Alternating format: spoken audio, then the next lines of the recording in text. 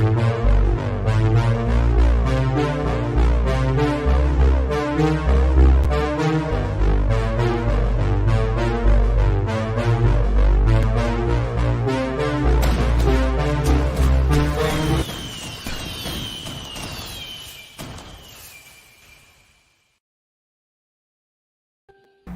right, hey, what's going on, everybody? This is Terry with NSPS TV Paranormal Podcast. Today, we are in the Great Northwest in Oregon.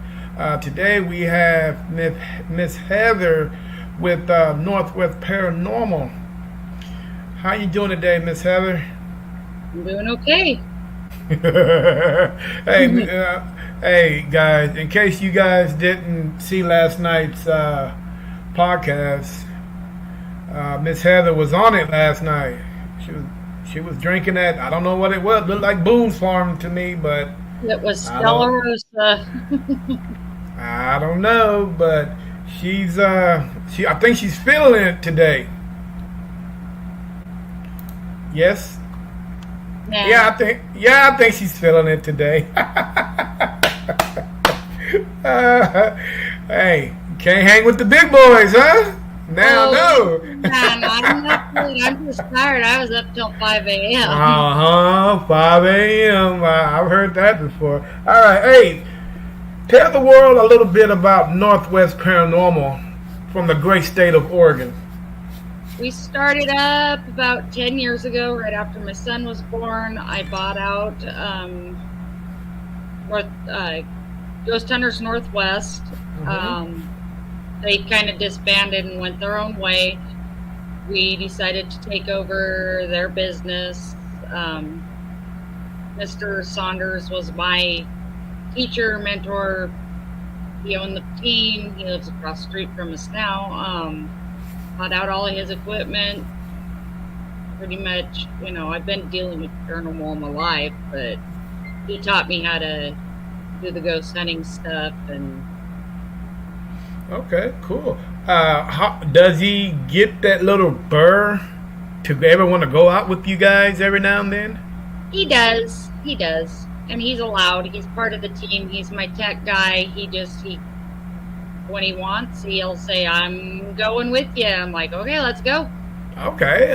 Hey, one thing I know about paranormal investigating, it gets pretty hectic at times. A lot of research, a lot of, just studying in general. How often do you get some me time? Because I know it's pretty busy out there, when people out there, looking stuff up and trying to investigate. I know you're married. I know you got kids and all that. How often do you get some me time, in all this? Each one of us has our duties with the team. So I have my husband is my researcher, but we get me time more towards the evening. Kids are in school, so that's the plus. But Okay. we get me time. Okay, We get down cool. here. Because I know I seem to get overindulged in it. I think about it 24/7, and I seem to forget about some of the smallest some of the small things that I need to do, and sometimes it just overwhelms me. So It does. It does. So I just gotta sit back and take a deep breath, or when I'm out and just in the car, I'm able to just take a deep breath, because one, I'm not around my laptop, I'm not around certain things where it wants to make me just go at it, and I'm like, well, nah, I can't do that, and then my wife was like, well, you need to, don't do it so much, calm down, just take it slow for a day, let's not have a podcast this weekend, let it be just me and you, let's just go hang out, go to a concert, or, Right. just hang out at the park, but wherever you go, you seem to have this with you. And this is another big thing for communicating. So every time, something goes off or somebody texts me or emails me, shit, I have to, I have to respond to it, Right. So No, I get it. Yeah. So it definitely gets hectic, but I'm planning on taking some time off after the Mineola trip that we're planning on taking here in a couple of weeks. I mean, next week, not in a couple of weeks. Yeah, I'm planning on taking some time off. I don't know what I'm going to do, but I am going. I am going to take a. Hey, I might even come up to Oregon and visit you guys. I have not. I have not even decided on what I want to do.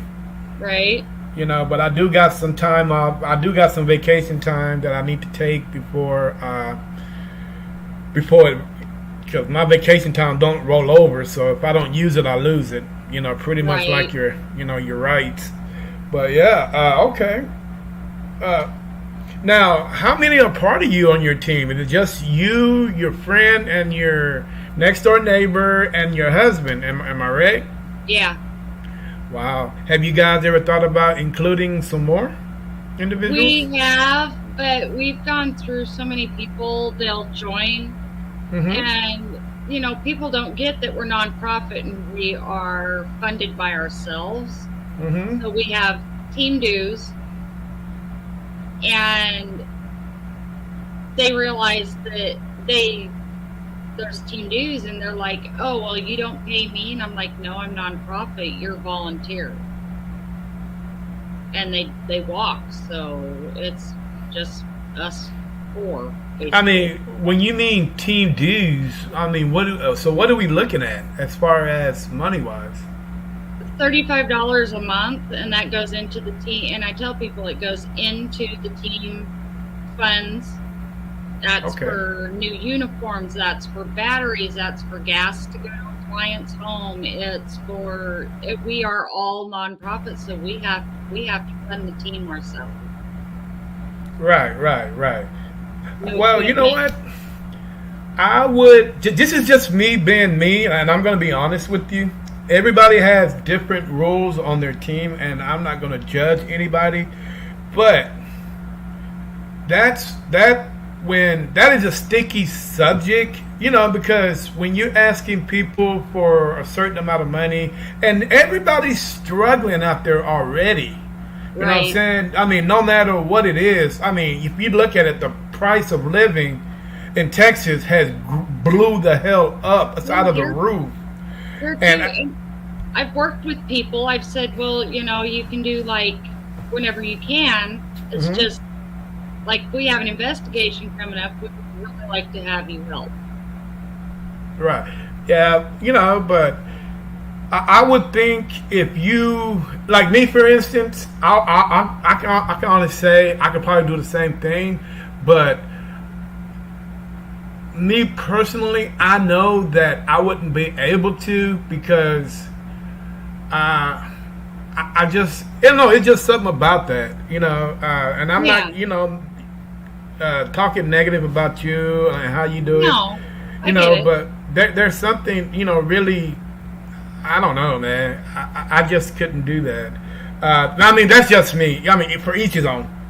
Because I know how hard it is, and for me to ask people, hey, can you pay $35 now? But what I can do, Heather, is ask them, like when we have a meet and greet, I do ask them to join us on the meet and greet. Bring a friend.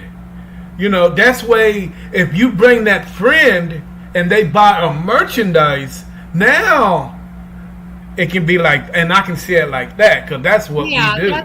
I'm open to suggestions because because if you guys, I mean, I think that would be the perfect way, that it could work, because you're able to get what you want, which get your merchandise out there, and you're able to make a little money on the side with, Right. But yeah, I would definitely, I would definitely consider changing that. That's if you guys, I mean, Yeah, that's if you guys want more members. Oh yeah, we're open. It's just there for a while, starting Yeah, up. golly. Cause I know I never ever would consider that. But if you bring a friend or two to a meet and greet and I got merchandise there, oh yeah. Right. You can bring as many friends as you want. And just like me, I bring as many friends as I want. And and they buy merchandise. And and and it will kind of offset that $30. It might be Right. $60, $70 that you will pocket. And and so on and so on. And eventually you were like, well, hey man, this guy did do this. He did do, and plus, Heather, they're staying around. Yeah. You know what I'm saying? So I mean, I'm just throwing that out there and see, to see No, what you think. like I said, I'm open to suggestions at this point You know, because yeah. I mean, how often do you guys communicate with your community? a lot. A lot. Oh yeah, a lot. We have Okay. people that will walk up to me that follow the page. Oh, well, we've got this going on. Is there any way that, you can give me some advice? And Hmm. I'll give a little bit of advice and I'll tell them, we're nonprofit. We come in for free. So if you want us, here's my phone number. Give me a call. Now, is it hard for you to give advice rather than giving them your card and just saying, "Hey, let me check this out"? No, it isn't because some people don't want other people in their home or Right. they're not comfortable with it. And I tell them, well, if it's only small activity or Hmm. it's just like I'm moving your phone or this or that, and I tell them if it escalates to the point you're uncomfortable, call. We'll come in, we'll check it out and we'll tell you what's going on. It's their choice. Oh, okay, cool. I mean, yeah, I mean, because I don't have any cards, but I'm really, because I'm thinking, Heather, that advice can only go so much. You really It need that, does. because you really need that hands-on, that hands-on contact and that certain feelings when you walk into somebody's house. Because if you're a sensitive or you're a medium, then you would know right off the back. Rather than like, hey, here's your card, here's my card, call me, whatever. I like, oh, wait a minute, why call me? 99.9% of my advice normally has turned out, hey, we need help, come in. Mm-hmm. They'll sit there and ponder it. Do I want to take the advice or do I want them to come in? I've only had like maybe 2% not call. Oh wow. So Now, what exactly do you guys do? Let's say if I call you and say, Heather, hey, I need you guys over here. I'm a priority. I need to get you guys over here today. How soon can you guys mount up and get over here? Or is it like a day? normally it'd be me and my husband if it's like an emergency case because like I said my friend works. I'll mount up. I'll call Doug. I'll say, hey, Cindy can't make it. I need help. This is a priority case. Let's go see what's going on and see if we can help these people. Okay, so it pretty much same day, same call, same day service. Yeah. All right, hey, that's what I'm talking about. Because most people was like, hey, it'll take me a day to get it together, but I can be there tomorrow. Well, before I even do search, I'll get a feel for the house. I'll go check out the address so I know what I'm researching for one. Mm-hmm. And for two, then I'll say, okay, well, we'll come back in a second time, but I want to come in for a first initial, like, pre-investigation.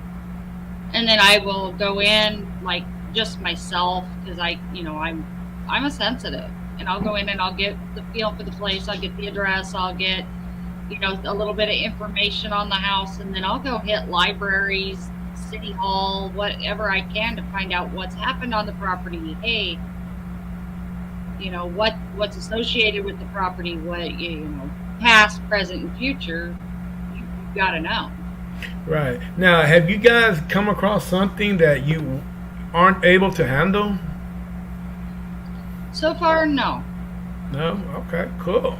I've gone in after teams because I've been called in. Hey, they've provoked something and it's just gotten 10 times worse. So I'll go in and I'll try to figure it out. And I, like I told you last night, I have connections.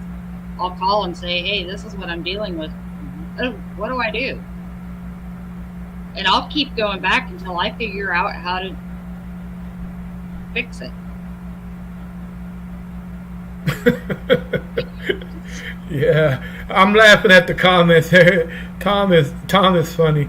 All right, cool. Hey, you know what? And I'm the same way. But the thing about me, Heather, is I have a tendency of not going. Well, I have a big problem with not going to some of the big places, and I've been criticized for that. People always tell me, well, don't go to these haunted sites to experience it yourself.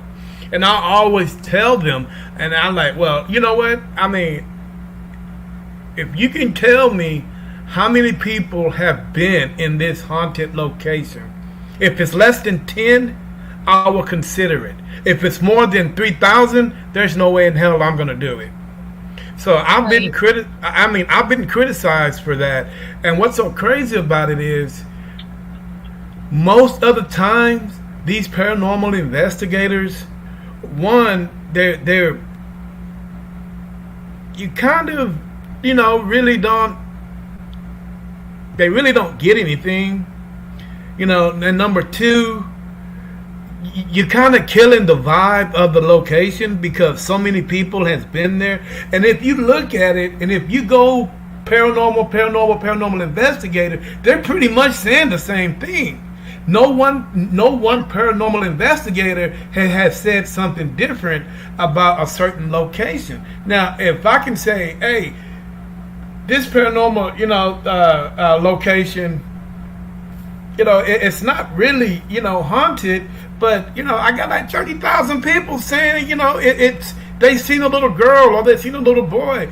And you know what? And I can go there time and time again. I mean, because trust me, I'll give it the benefit. If I decide to do that, I give it the benefit.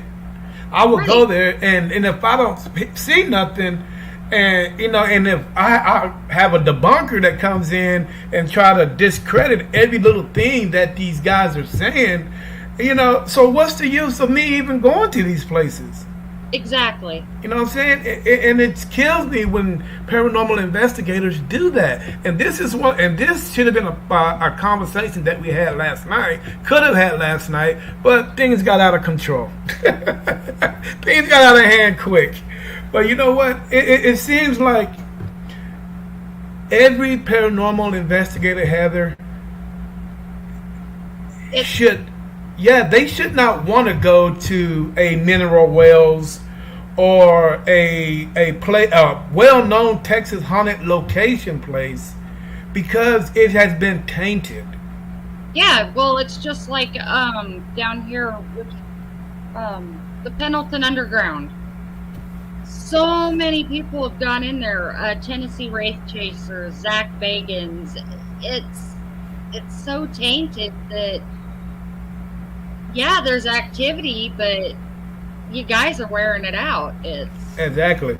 And you know what? And people have to understand is that just because these people are no longer with us, and they're in a higher plane of existence, dude, they still can hear you, and they can still hear you say the same old questions over and over and over again.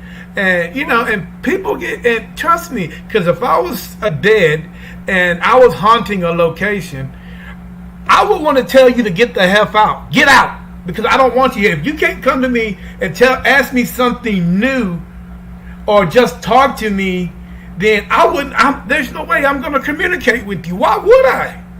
Exactly. That's my outtake on it. Why so many people go into these locations? They're not looking for new. They go where everybody else is gone. Exactly. And I'm not. Do you know just how big this country is? How many undisturbed haunted locations where no paranormal investigators have set foot?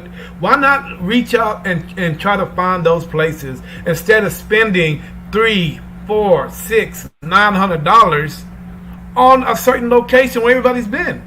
Go to Lovell, Wyoming, where I'm from. There are multiple places. There's a bar there that is known. It's the Shown Bar, and I would love this.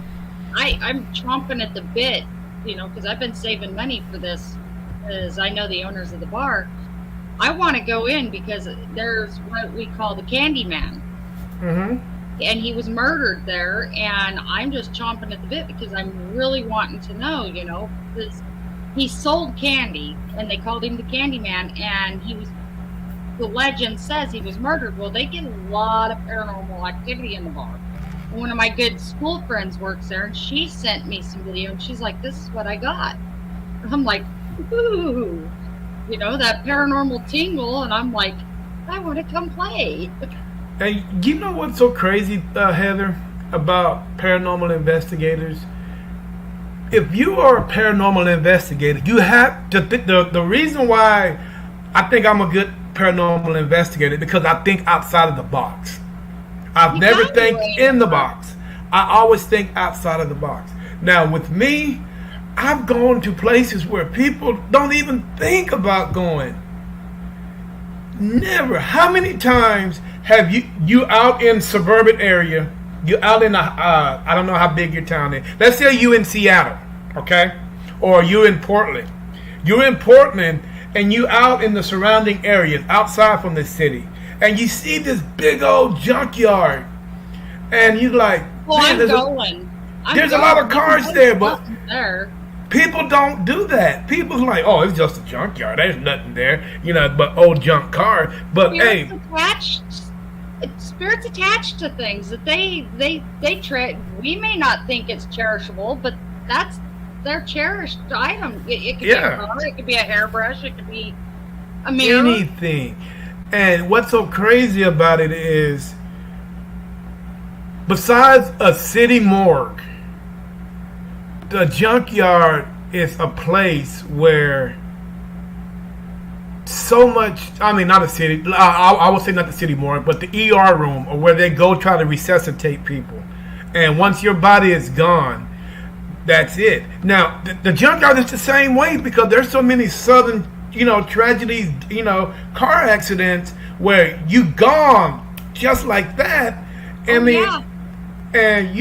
so your body is trying to figure out what exactly is going on. And the same way, just like the ER or a hospital, and your body is trying to figure out where the hell am I? So you definitely, because you got to think out the box, man. Because I ran into so many junkyards. You walk behind it, you walk caves, and I'm like, I've heard music in junkyards when I know damn well ain't nobody playing no music. Yeah, we've heard voices in caves when we were the only one there.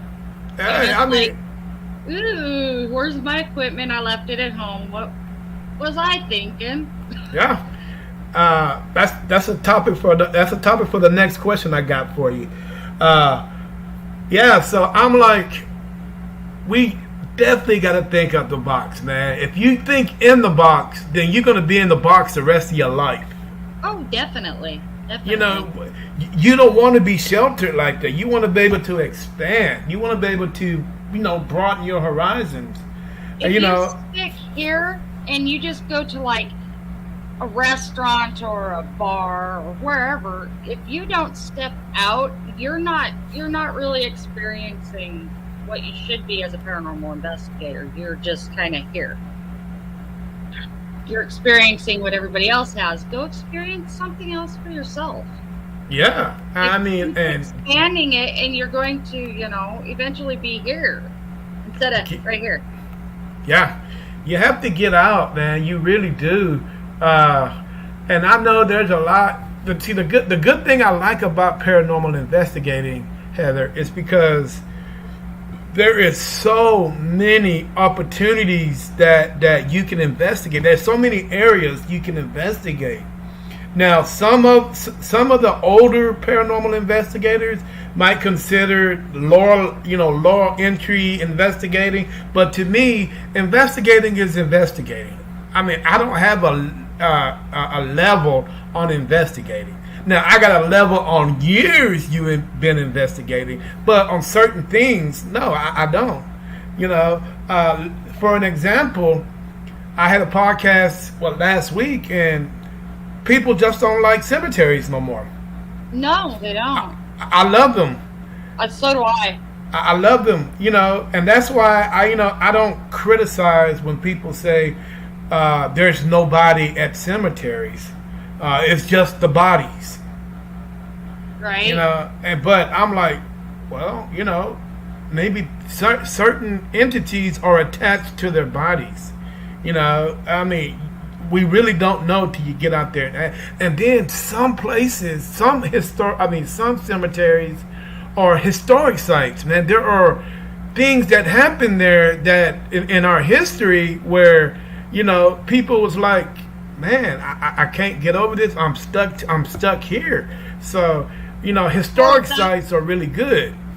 We have, like I was saying last night, we adopted a cemetery over here in Stanfield, Oregon. It's just like a town over, and it's fenced off. Nobody takes care of it, so our team adopted it, and it's an old cemetery. I mean, the headstones have been knocked over, so they're we kind of pieced them together and then just kind of laid them where the pieces are.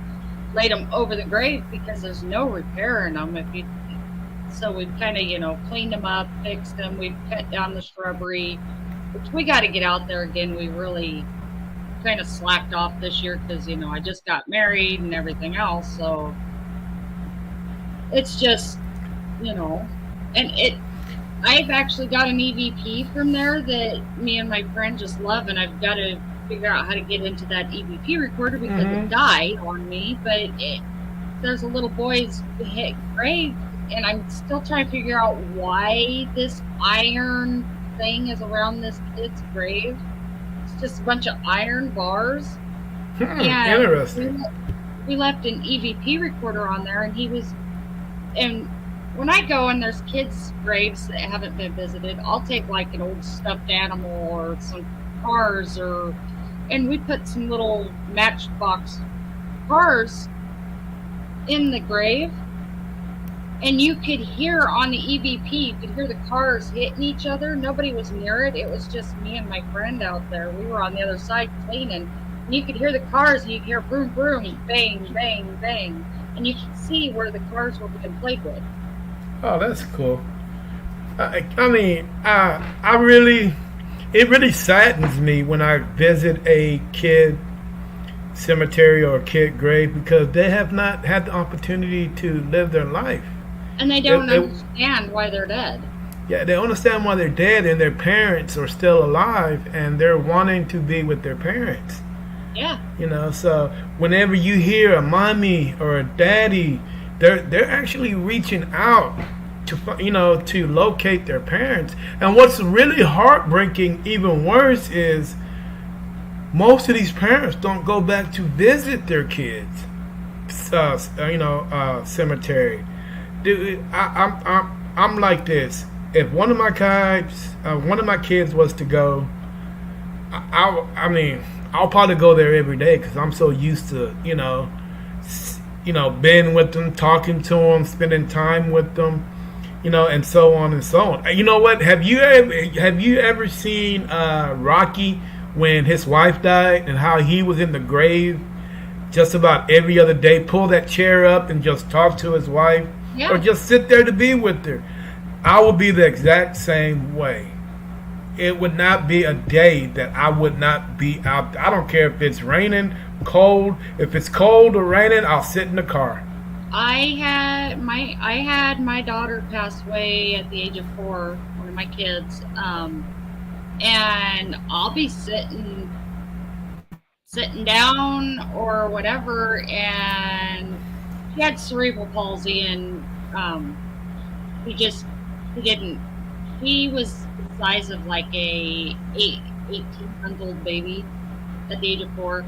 She stopped growing, but she passed away from medical conditions. And I'll be sitting there and I'll feel, because I have her urn in my room, and I'll feel my hair be played with, or I'll hear, "Ma, Ma."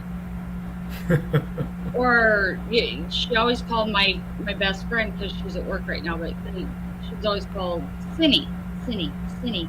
And she'll hear that off and on. And she still swears up to and down to this day that she had that experience in the lake where she was grounding, that she swears to God it was my daughter.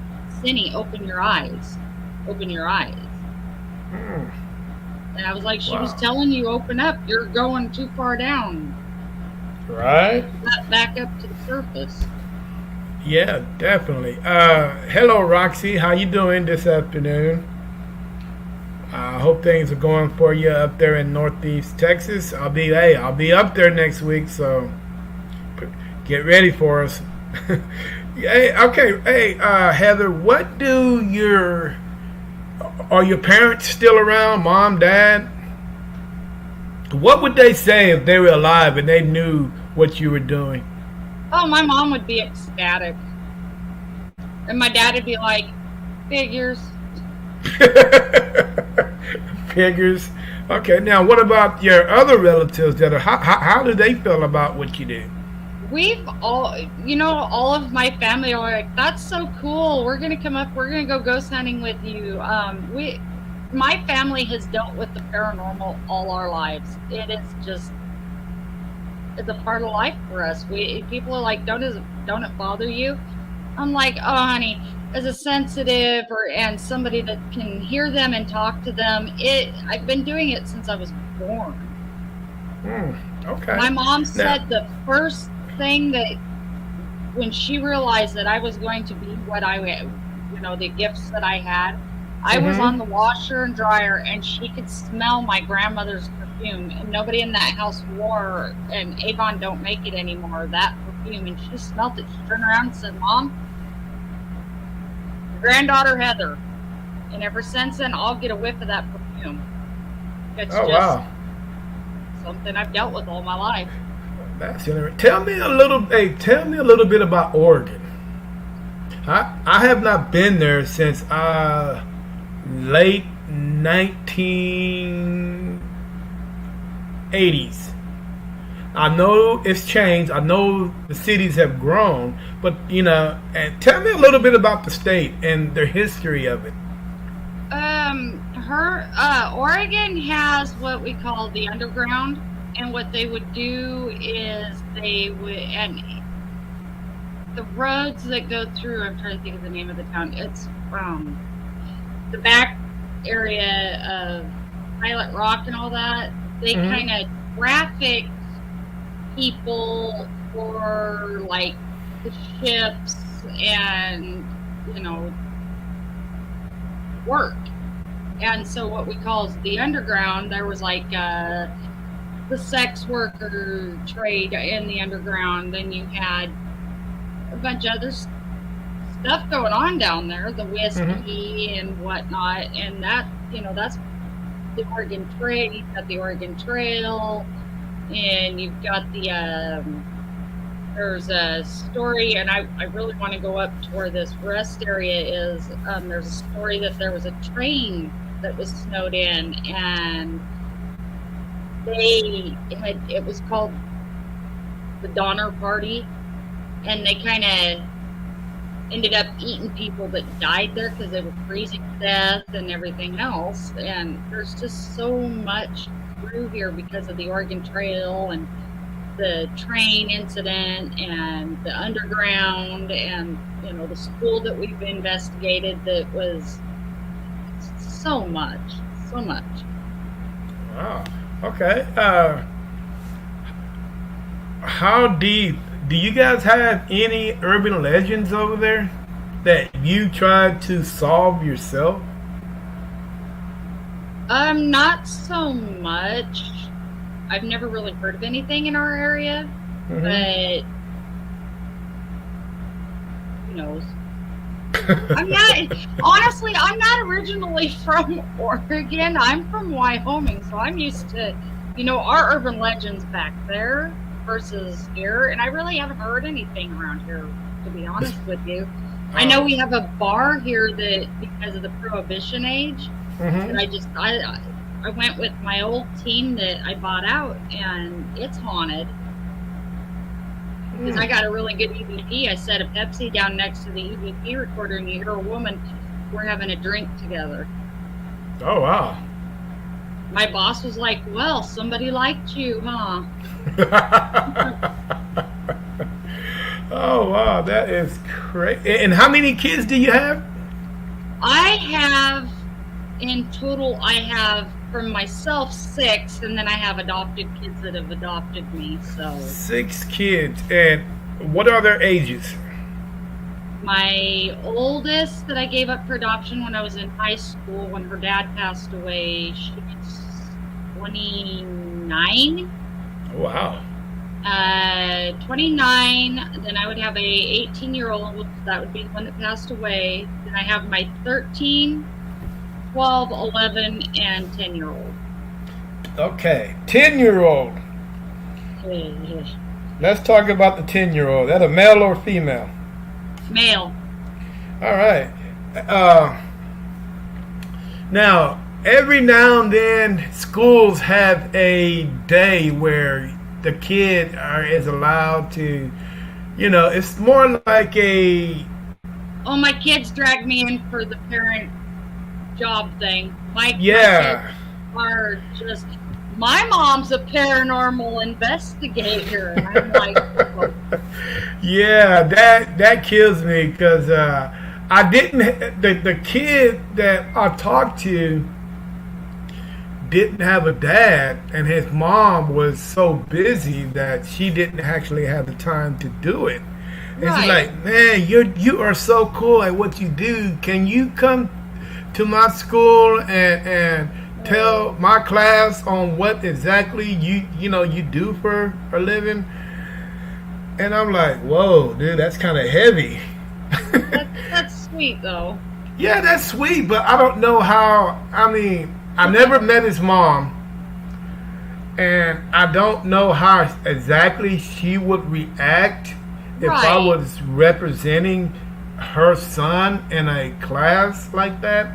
Right. Or better yet, I don't know how my wife would react if I did something like that. That would be very interesting. Right. You never know. You never know, man. I you know what? I do whatever I can to help people out. I guess that's why people are so drawn to me. I think I'm that likable guy. But let's say, for an example, you are out and about. You don't have any equipment with you, but you got your phone. And you're like, man, that would be a cool place to do an EVP or some kind of spirit session. The question is, Heather, for you, do you have any of those apps on your phone where you're able to do so? I don't do the apps. I'll just get the phone recorder out because some of those apps are so phony it's not even funny. I prefer just the regular. I actually do carry an EVP recorder in my purse. Oh, wow. Okay. But before I go on a property, I will see if there's anybody around to find out if it's okay to go on the property because I'm not going to trespass. That even makes us look worse, as paranormal investigators. People are like, oh, look, a haunted building, that could be haunted. I'm going to go check it out. Make sure it's okay first. Right. It makes it harder on us that do. They're like, well, I actually had one guy where we had a bunch of investigators just go in, and I'm like, no, I'm going to ask first. He's like, yeah, go ahead. Have fun. I was like, okay. Well, I'm going to be honest with you. I've done some things I'm not proud of. I went in some places where, but the good thing about it is if it says no trespassing, I don't trespass, or unless I really want to get in there, I'll probably do it. But I think all of my years investigating, I got ran off twice. Oh wow! And I got ran off. Well, one, somebody called the cops on it. Somebody called the cops on us. The second time, Heather, our cars were actually parked on the side of the highway, and we were actually doing an investigation in a legal place. And the cops somebody just on the highway just called the cops and said, hey, there's cars over there. I don't know what they're doing. But, they called the cops, and the sheriff came out. And luckily, one of our members were sitting in the car. She was an older lady, and she just happened to walk back to the car. And the sheriff pulls up and like, hey, what are y'all doing? I'm like, hey, we're paranormal investigators. What are you doing? And he was like, oh, okay, cool. Can I hang out with you guys for a while? I'm like, sure. If you're bored, why not? More yeah. the merrier. Come on. Yeah, more the merrier. He's like, well, what's so crazy about it? His partner wasn't so interested. He's like, nah, I'm gonna stay out of here. But himself, he's like, man, I will go. Hell yeah, let's do this. And we end up taking pictures with them, hanging out for like an hour or so. But he had to report. The good thing about it, it was a cemetery, and it was historical cemetery, and it was a state-funded cemetery. So, right, anything state-funded, we got access to, because that's where our tax dollars are going to work. Oh yeah, and that I can honestly say that was the only 2 times that I ever, got in trouble with the law for actually paranormal investigating. I ran into a couple of hoarders before, but nothing too serious. I mean, we actually had a good time. They showed us around, and when they showed us around, hell, we gave them a sneaker bar, so we all broke out even on that one, But it was pretty cool. But as getting back to the apps, Heather, I mean, I used 2 of them. I think that are pretty accurate. With and that's the Ghost Tube and the SLS camera. I've had good success on those with those 2. I haven't tried anything else because I don't need to. But that Ghost Tube is pretty cool because I've actually said a name. and I don't know, it was kind of weird, but the name came back on the camera. I mean, on the tube, it's like, what was the name? I think the name was like Charles. I say, is there a Charles here? And it came back. Is there a Charles here? I'm like, whoa, and I caught that. That's cool. Yeah, that's so cool. I'm like, oh man, that right there is pretty cool. Tell me about some of the equipment that you have. Oh my Lord. That you bought. That I bought, I will grab one thing because I can't remember what it is, and it's on top of my equipment stuff, and I'll show you. My boss made it. Let me grab it real quick. I'll show you. Okay. Cool.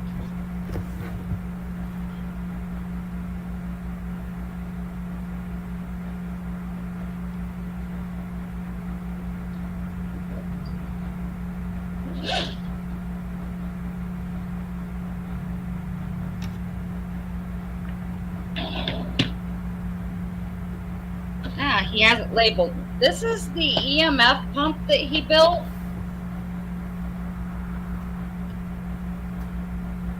And I love this thing. Oh, wow. It's an EMF pump. So, like, if you're in a location, and we have 2 of these, but this one's kind of in here because if you turn it on, you're going to fry out your phone. It's one of my favorite things because when you're in a location that has no energy, this pretty much gives the spirit, a little energy to be able to communicate. But we have a little bit of everything. We have the ghost box. We have a Radio Shack ghost box, nonetheless. We have two EMF pumps. We've got SLS cameras. We've got night vision cameras. We've got cameras. We've got pretty much. I've got like 6 or 7 cases over there, plus a few things that I had started before I bought him out. Okay. Hey, I didn't hear that famous ghost balls. Do you have those ghost balls? I don't, but I have to buy a new one because my ex-husband kept it ex-husbands. Those big balls that have the electricity in them and you can touch them and it goes. Mm-hmm. I use that on a few of my ghost hunts, and I get where you can, because it's going to go to your hand. Right. And I used it at the school, and I didn't record it because I just kind of set it up to see if it would work. And you could actually see where something had went like this on that glass, and the electricity went to where it was instead of all over the place. Oh, wow. A nice little plasma ball. Yeah, and I introduced that into the equipment, which I got to get a new one because but I've gotten a couple of times where it's touched it and I'm like, oh, we got activity. Right. I love these little boogers. I have one of those. Yeah, these they light things. Up. Yeah. I have one with a unicorn in the middle of it. My daughter picked out. And they're not as sensitive as you think. Actually, it takes some power to actually light it up. So the wind won't be able to do it. It will actually take some force. Yeah, those I do have. I have one, and it's clear, and it's got a little unicorn in the middle that lights up. My daughter picked it out. She's like, this is good for your equipment, Mom. I also have one the size of a softball. Cool. That actually, instead of, it lights up, but it also plays music. Yeah. It actually plays music, and it plays different types of music. So when you out there asking the question, it's like, well, can you play this tune 2? So I'm like, not for sure on what tune 2 is, but it's like different types of music on there. And if that particular entity like that particular music, it'll light up and play that music. It's pretty cool. I like that. It's the size of a softball. Actually, and we're looking into getting a buddy bear. Yeah, I have one of those too. Yeah.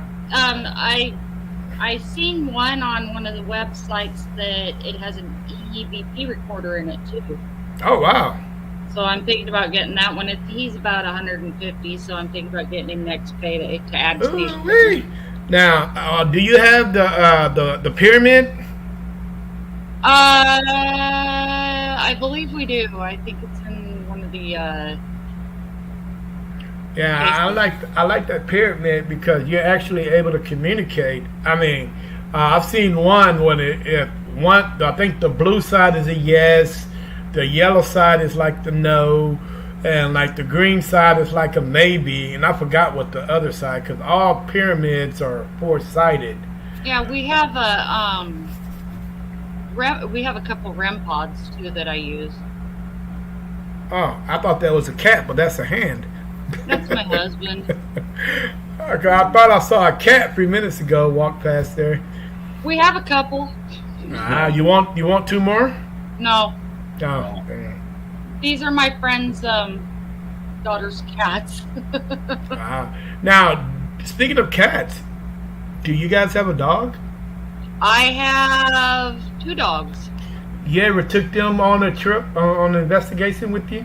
Not yet, because I just got her recently, and my corgi, he's a chicken, so I don't take him very much anywhere. He eats what? Chickens? No, he is a chicken. Oh, I thought you said...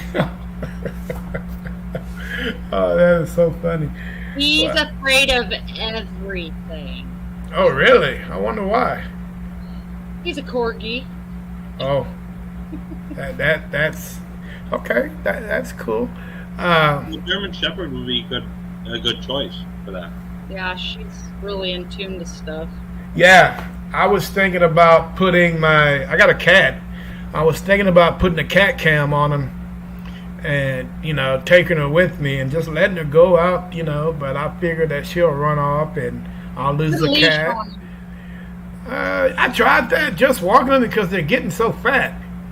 But dude, leashes and cats they don't like that. I don't know why. Not unless you work with them since they were a baby, they won't. I had a cat that walked on the leash when I was younger. Well, then I get made fun of by the neighbors too.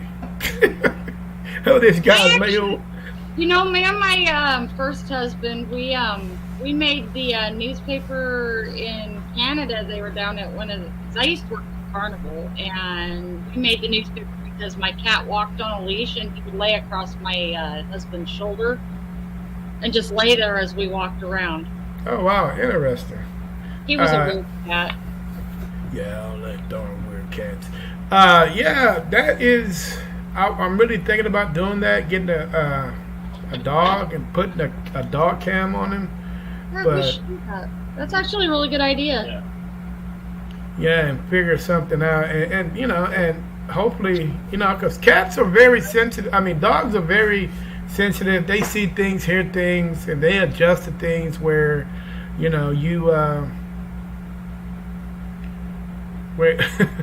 where you definitely can't see things. I even thought about chihuahuas, about centuries chihuahuas were used for hunting dogs because they could not affect spaces. All right, Mr. Tom, you're probably right on that, but I don't know. But anyway, yeah, if you had any place in America that you had on your bucket list to go investigate, what would it be? Hot Lake Hotel. Who? Hot Lake Hotel. Tell me a little bit in Oregon. Tell me a little bit about it. I mean, I've never heard of it. It used to be a mental hospital, from what I understand, and it's turned into a motel. And I hear it's got a lot of activity, and nobody's been allowed to investigate. Why? And it's been on since I found out about it. It's been at the top of my list because I would love to get in there and see what's going on. Is the hotel actually open for to the public? It is, but if they find out, you got to hide the equipment if you go in, because if they find out you're a paranormal investigator, they ask you to leave. What about if you bought a room? If you rent a room there? Same thing. They don't care. Really? If that ever was to happen, I'll say, okay, fine, give me back my money. Right? Either you give me back my money, or I'm going to stay in because I paid for the hotel. You're not going to kick me out. It's a public building. And then my second one is over here in Hermiston. It's right behind the grocery store Safeway. A railroad conductor guy, and it was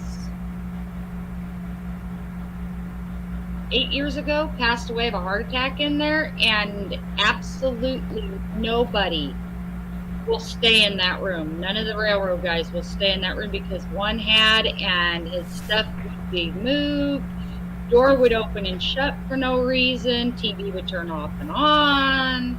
I was like, ooh, I want to go in there. Yeah, right. Sound like my type of place. Right? You know what I'm saying? I would love to do something like that, especially something that creepy. But then again, man, there's so much haunted stuff here in Central Texas.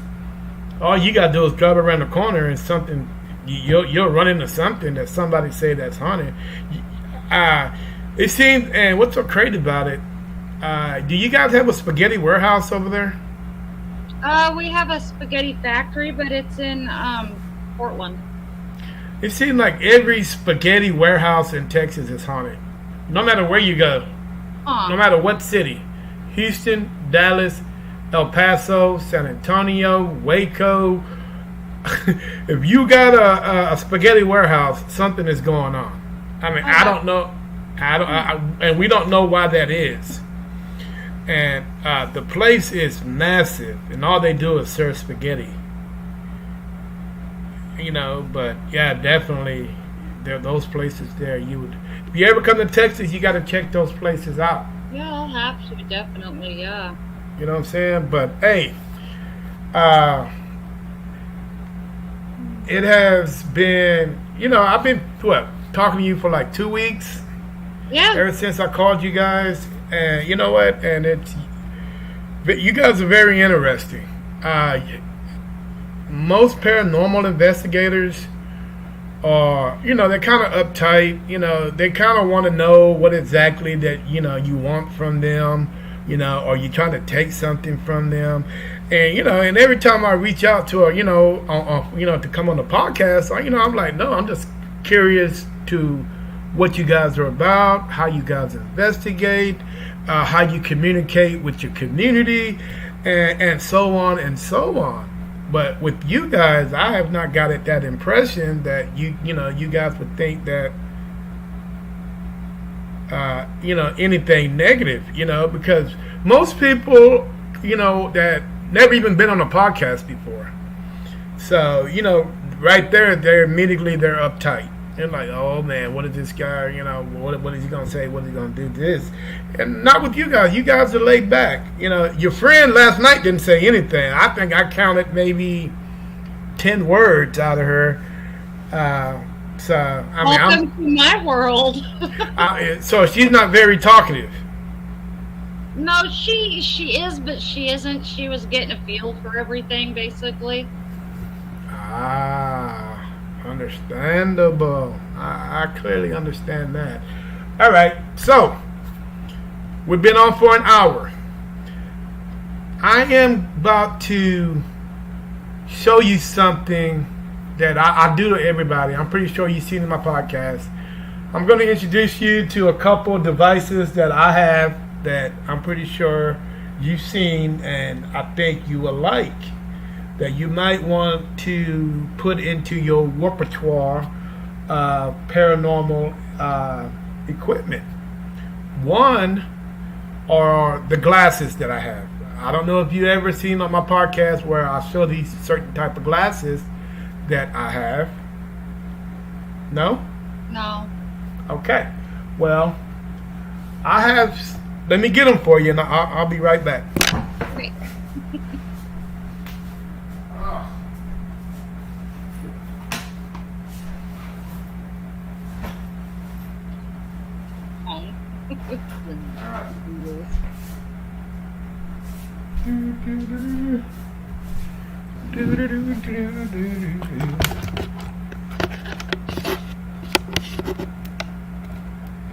Okay. Now, you there? I'm still here. All right, here we go. These glasses here, you're going to love.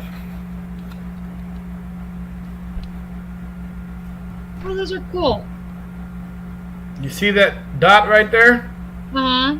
You know what that is, right? Camera. Exactly. Those are cool.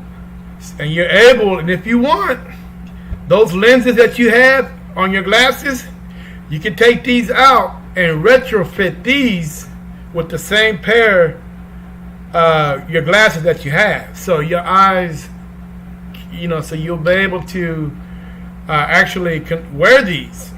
These glasses here are one touch. You touch it one time, the blue light comes on. Oh, nice. The blue light comes on and it automatically records. I like those. It has a SIM card, comes and it has a built-in SIM card. It'll give you almost 3.5 hours of audio and video. Nice. Yes. Now, the only problem that I have with these is you have to put something around the speaker because it doesn't have a filter. So when you're out there investigating, you're gonna catch every little thing. Right. So, but you want that filter like you do on a regular mic that can filter some of that background noise out. Okay. So what I did is I went and bought a regular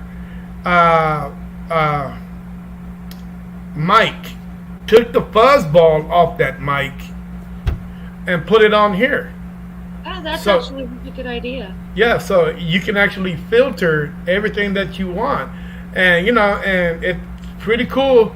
These glasses are 1080p, and some of them actually come in 4K. Nice. Okay, yeah, and the ones that I actually have that are actually put up, those are motion detected. They're Bluetooth. They also 4K, and they have night vision. So you can kiss this goodbye. Nice. You don't need this anymore. If you're able to have all of this, And that give us hands free. exactly. I like that.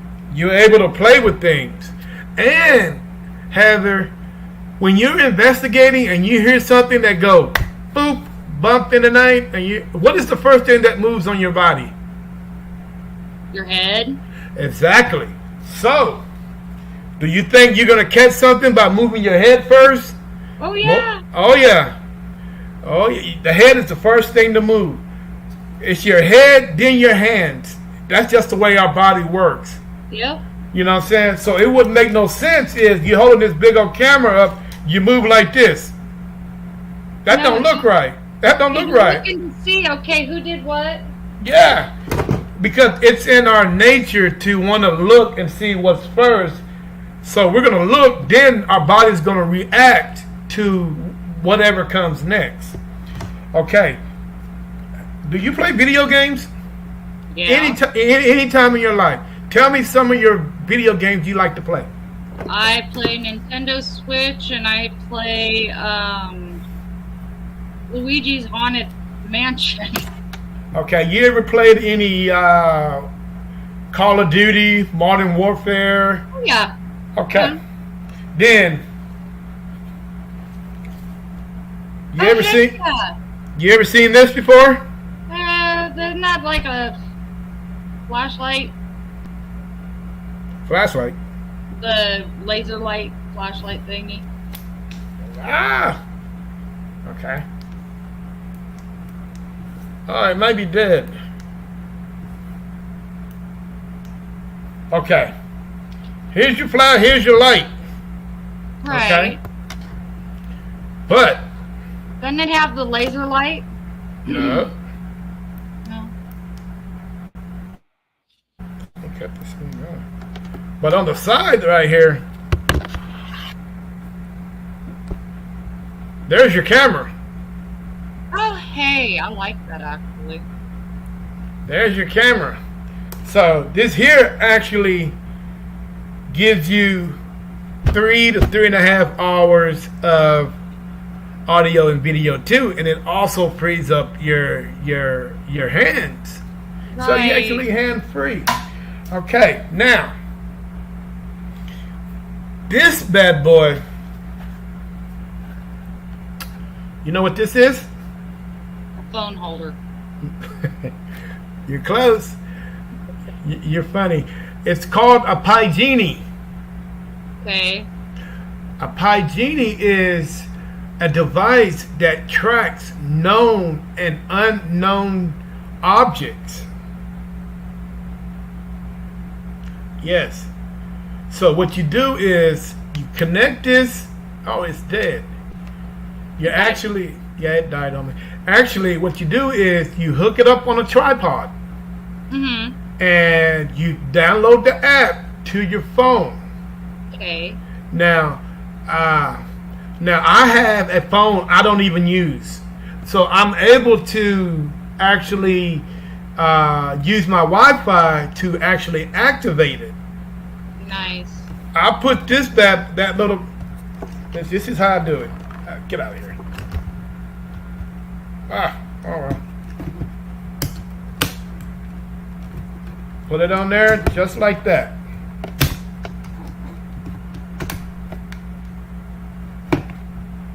Set it up just like this. Oh, okay. And once you connect the get out of there.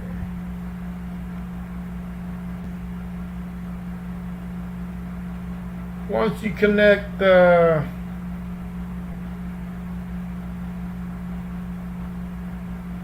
I have it somewhere. The app is somewhere on here.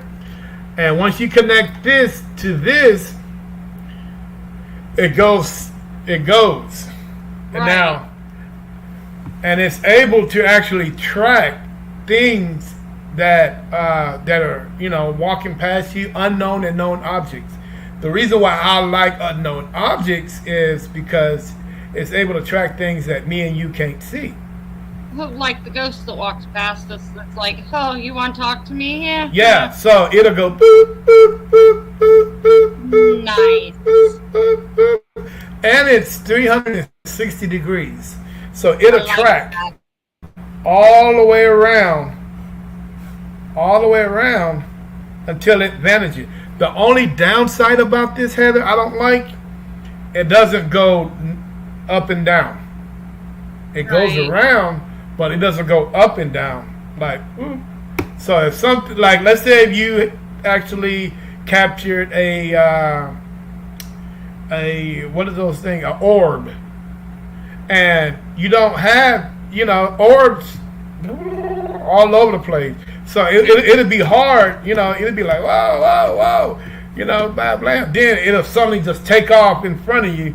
It's not able to track that because it can't go up because it's stuck to a tripod. Right. You know what I'm saying? But this is something that I've used in the field, especially when you're in a location. Let's say the location is very big, and you're not able to have cameras everywhere. Right. You put this bad boy on a tripod, leave it stationary, straight up, and if it's something crosses it, it's gonna track it. It's gonna go whoop, right. whoop, whoop, whoop, whoop, whoop, I actually whoop, really like and that. then and then it actually keeps the memory on it. So you're actually able to do what you want to do with it. It's pretty cool. It really is. I've used it. I've been successful with it. Actually, what I do is I'll send you a video. When I first got this, I made a video. I will send you the video and let you see exactly how it works. I will do that when I get out of here, off this podcast with you.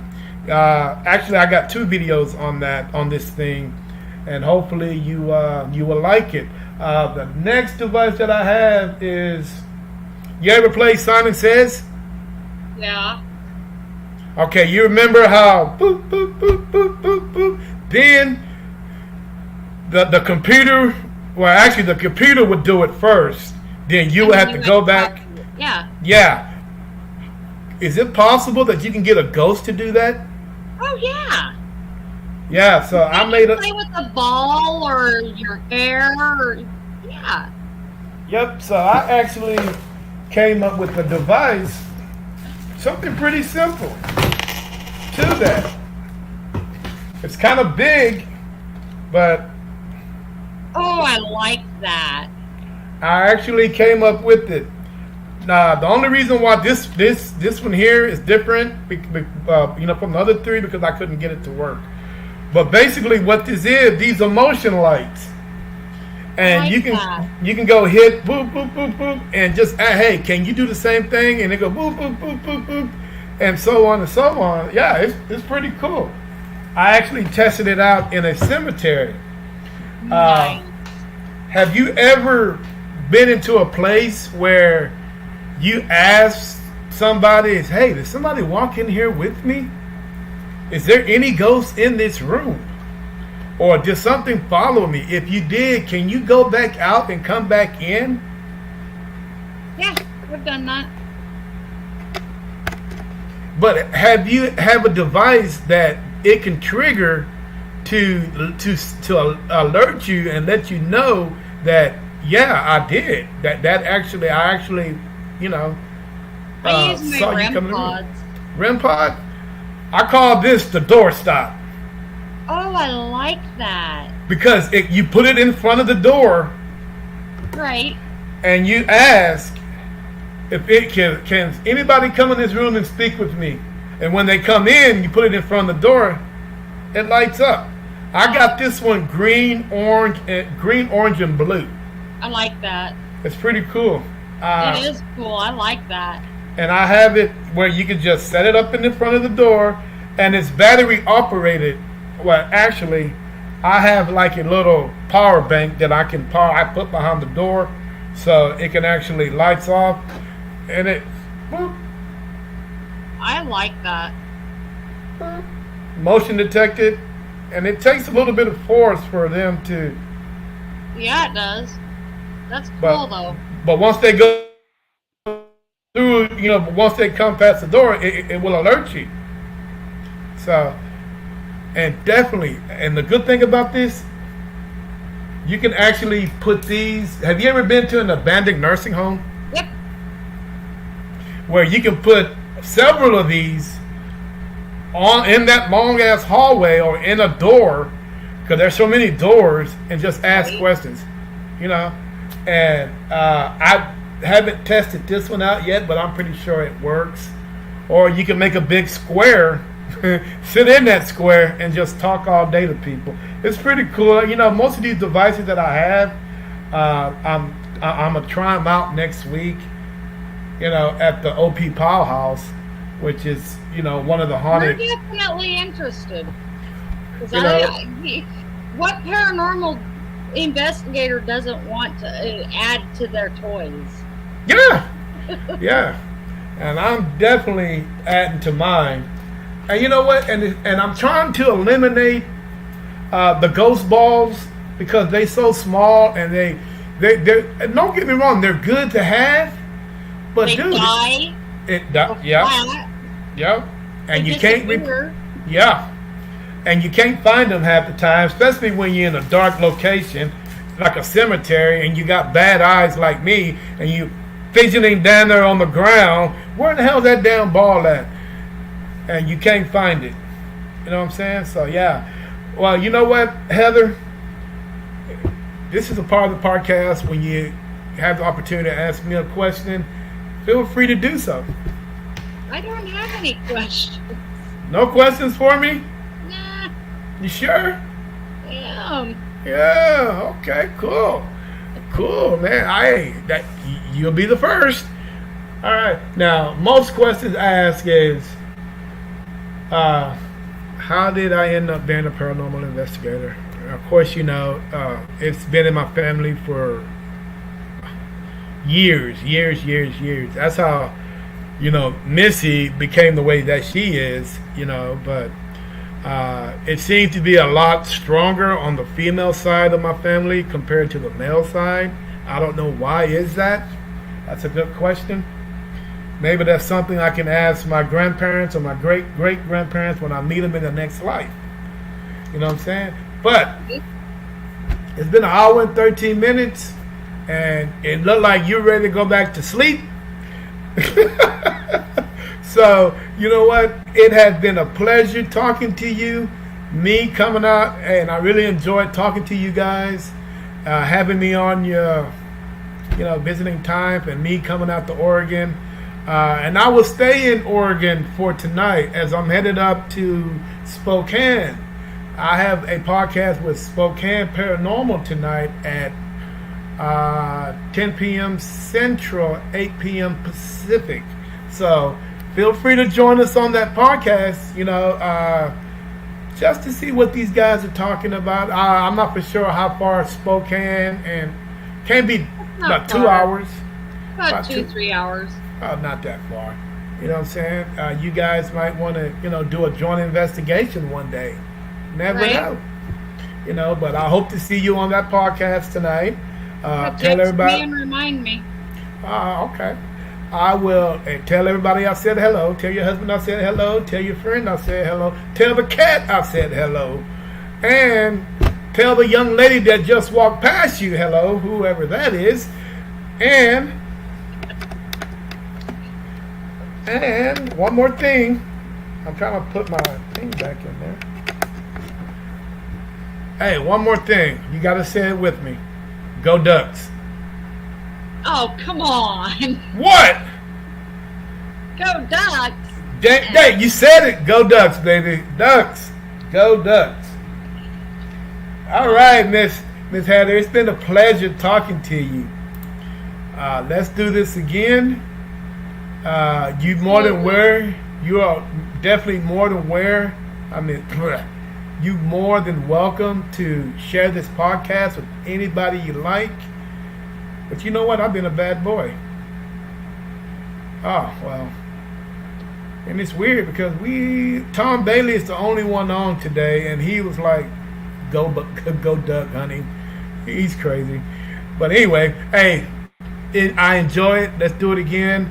In the meantime, NSPS TV is signing off. Hey, you, Heather, enjoy the rest of your day.